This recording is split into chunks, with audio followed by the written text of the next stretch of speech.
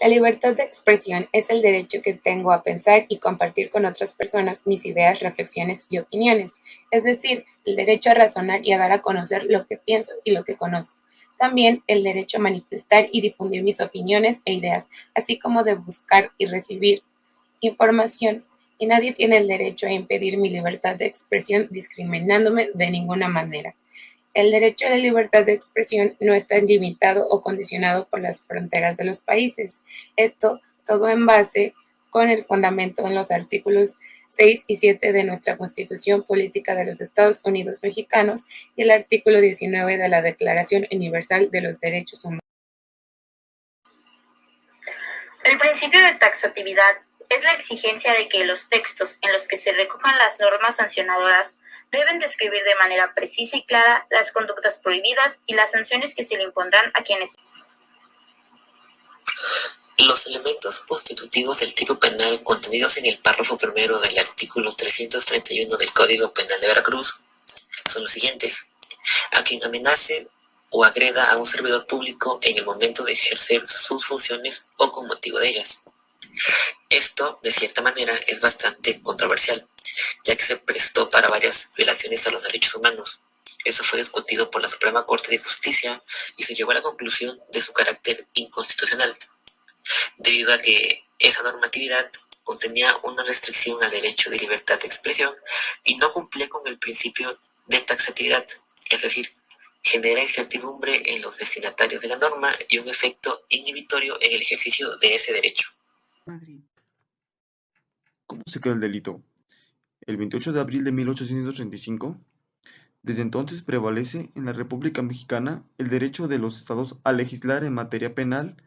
Fue así como el mismo 28 de abril de 1835 se promulga el primer Código Penal para un estado de la República Mexicana, el estado de Veracruz siendo el primero, con un ordenamiento inspirado en el Código Penal español de 1822.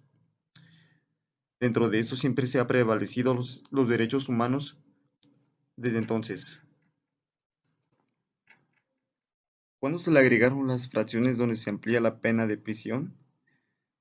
La reforma con fecha del 11 de marzo del 2008 se hizo una reforma a varios artículos constitucionales que tienen en relación principal con cuestiones de materia penal, poniendo situaciones de pena de prisión en los artículos 16, 17, 18, 19, 20, 21, 22 constitucionales.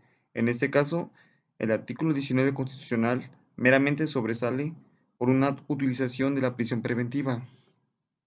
Dando un ejemplo un tanto más particular, el ultraje de la autoridad ha sufrido una reforma, donde la reforma nos habla que en el Código Penal de Veracruz, en materia de ultrajes a la autoridad, el jueves 11 de marzo de 2021 se adicionó al artículo 331 del Código Penal de Veracruz 4 fracciones. ¿Consideras que la resolución de la Corte es correcta? Yo digo que sí. Aquí te va el porqué. Esto se debe a que es un acto violatorio de derechos a la libertad de expresión, a la información y a los principios de legalidad. Esto ocasionaría sanciones injustas para el imputado, de ventaja y alevosía por parte de la víctima, que en este caso sería el servidor público. Al realizar este video nos dimos cuenta de que la división de poderes no es respetada, ya que el poder ejecutivo a nivel local, en este caso el gobernador, no está respetando esta división, ya que al tratar de derogar este artículo que habla sobre el ultraje a la autoridad, vulneraba muchos derechos y principios.